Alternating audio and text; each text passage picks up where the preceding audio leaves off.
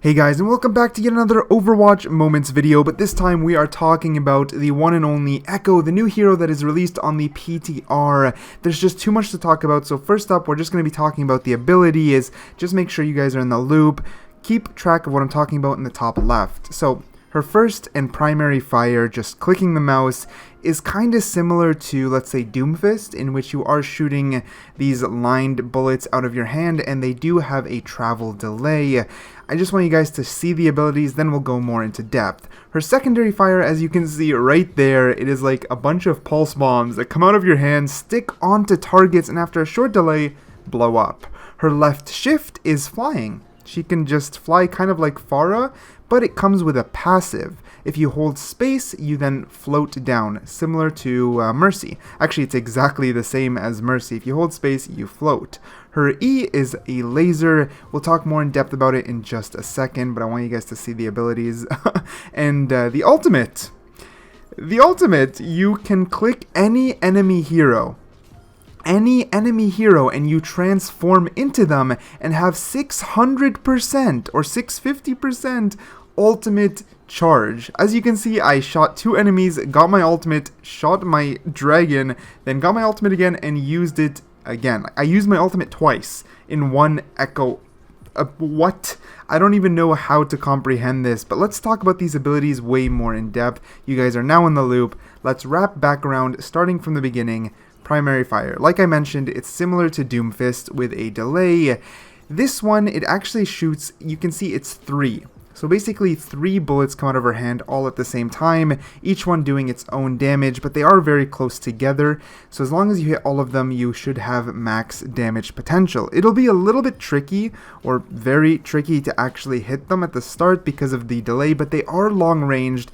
You do have 15 bullets as your ammo. She has a very fast reload time, and they shoot out of her hand fast. Actually, I believe faster than Doomfist. So she is definitely in the DPS category for a reason. She chunks out damage like insane.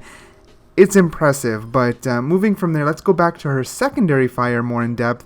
So like I mentioned, it shoots out little pulse bombs, and to be more specific, it is 6. They stick to anything, so they can stick onto the enemies, or as you can see here, I put them on the wall, and as the enemy walked by, they blew up in the same order that I shot them in, and they came out. So it shoots 6 at once, and they stick and blow up. I don't know, they're kind of crazy. They are hard to aim, like as you can see there, they kind of went all over the walls. To make sure you aim them properly, you have to shoot in a perfectly straight line, but landing them all will result in huge damage. This is easily one of my favorite abilities, not only on Echo, but in the game. You can, like, sticking them on walls there's gonna be huge amounts of play potential, like super sick tricks, baits, traps. I don't know, it is insane.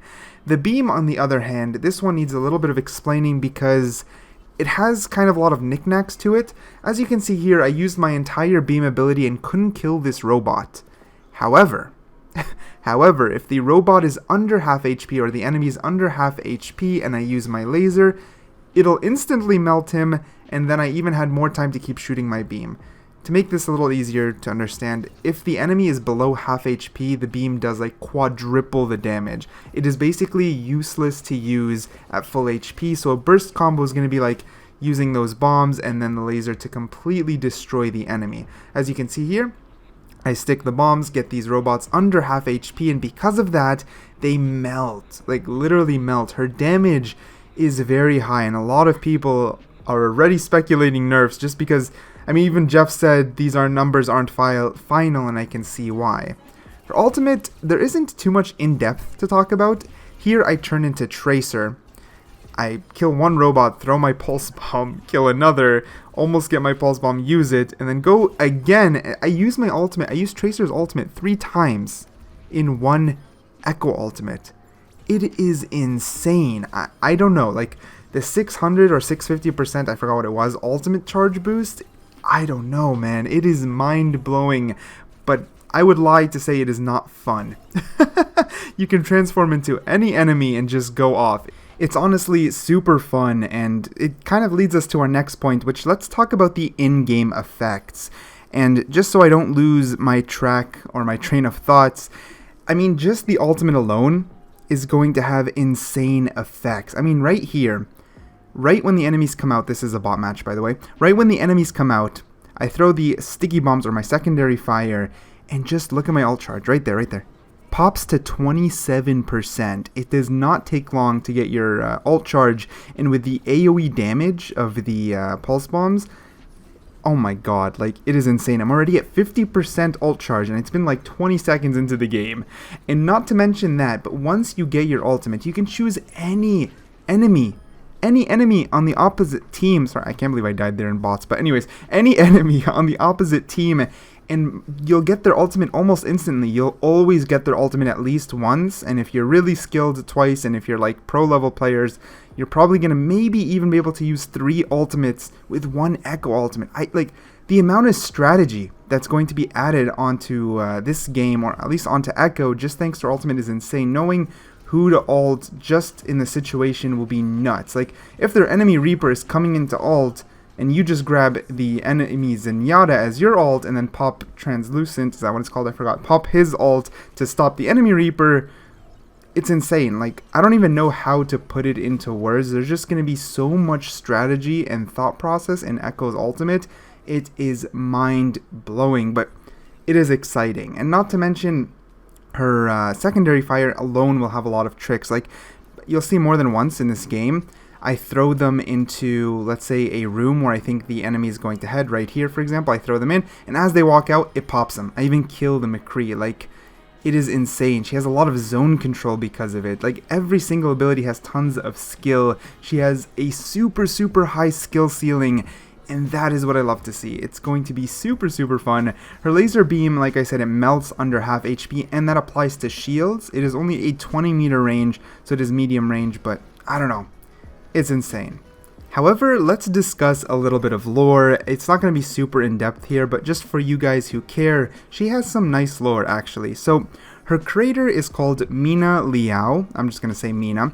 So, her creator, Mina, was actually the original creator who made the Omnics. She was, I don't know if she was just on her own or a team, but she was one of the original creators who made the Omnics. But, as you guys know, basic Overwatch lore, it didn't go so well, and the Omnics basically turned, and then there was a huge outbreak, huge war. It didn't go very well, and she sort of had this personal crisis in which she originally wanted to make these Omnics to help and better humanity, but things didn't go well, and she really started questioning herself, like, what did I do? Did I make a mistake? Did I cause all this war? Etc., etc. However, then the Overwatch team actually approached Mina and asked her if she wanted to join the Overwatch force. At first, she kind of hesitated, she wasn't sure why they asked, but we saw in the trailer, McCree basically said who better to help destroy them than the one who created them. So she decided to join the Overwatch team, and that's when the Echo project started. It was a secret project in which Echo would be the first super high AI or something, super high technology AI learning robot, basically the peak of all robots. That was the point of it. However, there was an attack, and Mina was actually killed in the attack. So a lot of people were speculating Mina to be her own hero, but that's impossible. She was actually killed in an attack, and after that, out of fear, the US government actually took Echo and basically suppressed the project. They took Echo away, and that's actually why we had the cinematic of McCree and Ash, in which he basically tried to convince Ash to help him release Echo, which eventually did end up happening. And that's where we are now. Echo is back in the wild and with the Overwatch team. Something important to note is that during all this process, Echo was, because of her hyper intelligence, Echo kind of started mirroring Mina, her creator, because she could learn anything she saw. She was hyper learnative. This is why her ultimate, she can transform into another hero. She basically learns at a super, super fast rate. Of course, there's way more details than that. I skimmed over it. I just wanted you guys to understand her backstory because, honestly, it's pretty cool. But, yeah. Oh, I talked fast and I talked a lot. We went over all the abilities, the in-depth abilities, some in-game effects, some personal opinions, and her lore. I think that's enough. I know I talked too fast and it was a complete information dump, but I wanted to get this video out, but I wanted to do it right. Hopefully you guys did enjoy the content, and I'm just gonna say it. I'm an Echo main. She is so fun. I'm gonna main this girl for so long, or I don't know. I guess not a girl, it's a robot, but I'm gonna main her. She's so fun, so fluid, but mainly let me know what you guys think about Echo in the comments down below. She's on the PTR, so make sure to go play her. And yeah, if you made it this far, man, I talked fast.